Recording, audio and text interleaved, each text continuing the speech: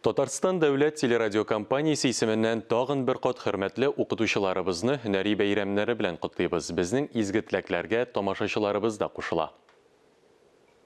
Шушы форсаттан кулланып, минем исем килә үземнең беренче укытучымны, класс җитәкчемне һәм әти-әниемне рәхмәт сезгә барысы өчен дә сәламәт булыгыз.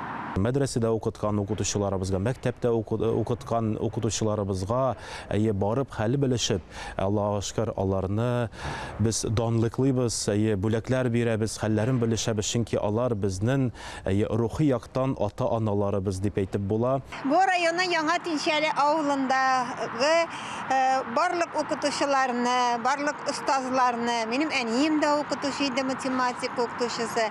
Менә аларның бөтенесендә якынлашып килүче бәйрәм белән котлыйм. Һәм дә тәртипле укучылар, тырыш әти-әниләр һәм дә шушындый исәнлек саулык телим.